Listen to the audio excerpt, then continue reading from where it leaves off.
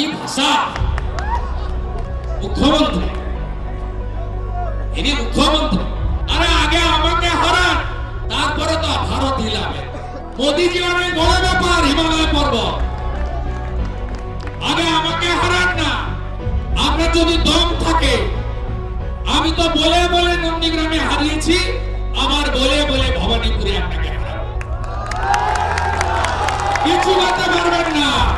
ট্রাকের পিছনে লেখা থাকে দেখবি আর জ্বলবি লুচির মতো। কিছু করতে পারবে। আর বিরোধী দল কাকে বলে বিজেপি দেখিয়ে দিয়েছে। 70টা এমএলএ বিধানসভা চালাতে পারে না, দেখলেই পালায়, নইলে আমাকে সাসপেন্ড।